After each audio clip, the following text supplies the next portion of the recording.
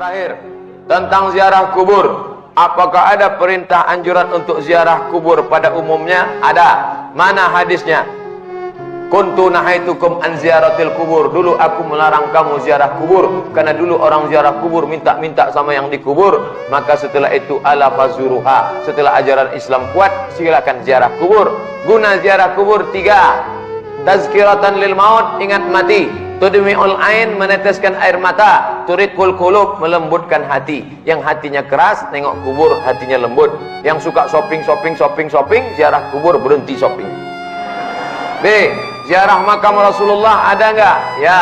Siapa dia? Abdullah bin Umar bin Khattab. Setiap kali dia pulang, dia tidak ke rumah. Setiap kali dia pulang dari dagang bisnis, dia tidak pulang ke rumah, tapi dia tegak di depan makam Nabi. Assalamualaikum ya Rasulullah, Assalamualaikum ya Habiballah, Assalamualaikum ya Abu Bakrin Siddiq, Assalamualaikum ya Abatah. Baca biografi Abdullah bin Umar bin Khattab. Ziarah makam orang tua sendiri di sembarang waktu dan di waktu-waktu tertentu. Baik, ziarah. Apa yang kita lakukan? Ziarah untuk ingat mati, bukan minta macam-macam, apalagi minta kodi buntut. Ziarah makam orang soleh yang disebut sebagai wali Allah, maka berziarah ke makam orang-orang yang baik, itu termasuk ziarah kepada makam yang umum, mengingat pada kematian. Apa faedah yang diperoleh dari orang yang diziarahi? Orang yang dia ziarahi mendapatkan salam. Apa doanya? Tarik panjang napas. Assalamualaikum ya ahlad diyar minal mu'minin wa inna insyaallah bikum lahiqun yarhamullahu mustaqdimin wal mustaqdimin nasallahu lana wa lakumul afiyah. Panjang Pak Ustaz ya. Kami selama ini pendek aja. Assalamualaikum alal kubur. Jadilah daripada tidak sama sekali.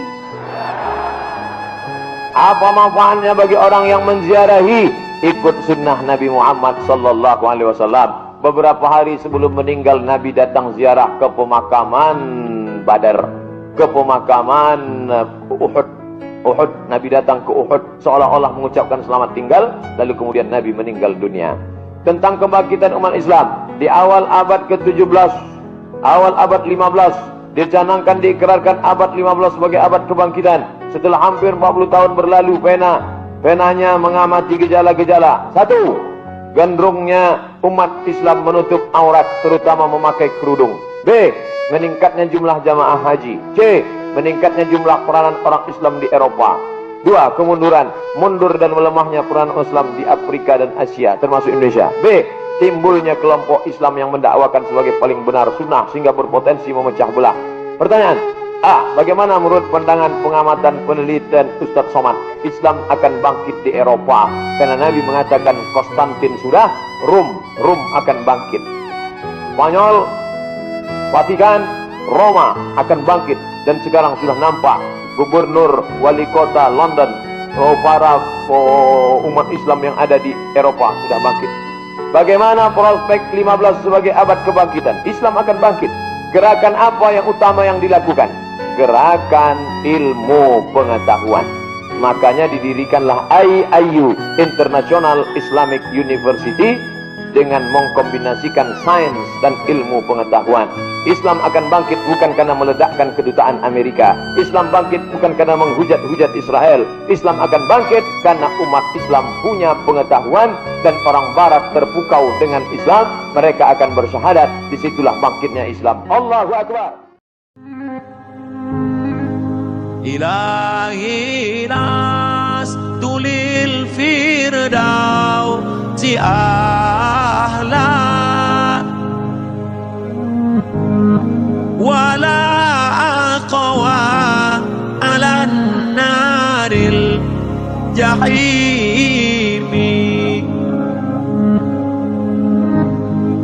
dunubi mislu adadir rimali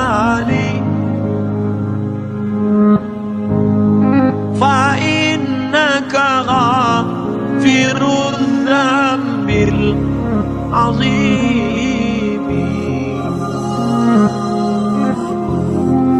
ilahi lastu lil firdausi ahla wala aqwa ala naril jahimi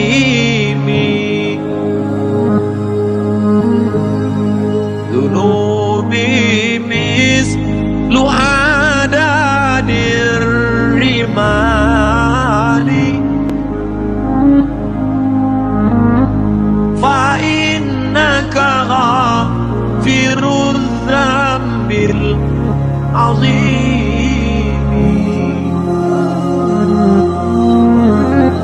إلهي لست للفردوس أهلا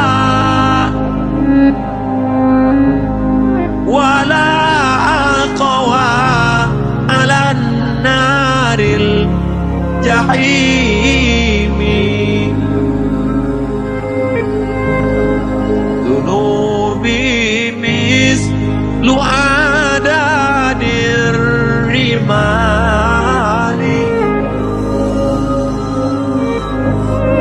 فإنك غافر الذنب العظيم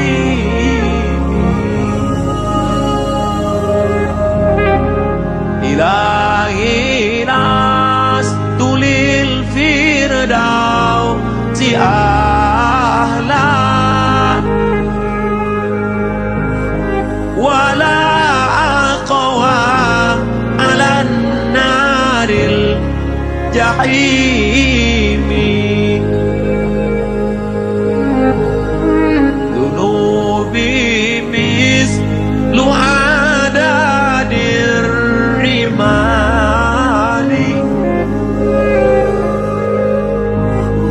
فإنك غافر الذنب العظيم. Tuhan berkasih.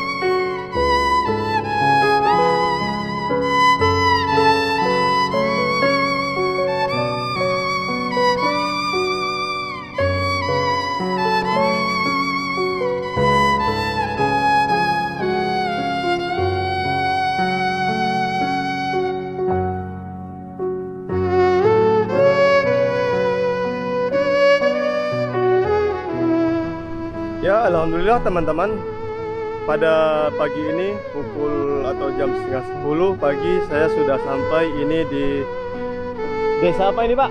Jalan Baru Sepakat Aceh. Desa Penanggahan ya? Desa Penanggahan. Jadi alhamdulillah saya jumpa di simpang ini bersama Bapak apa ini. Saya mau naik ke tangga 1000 ya. Jadi ini perjalanan kami dari Medan sampai ke Mari berapa kilo tadi?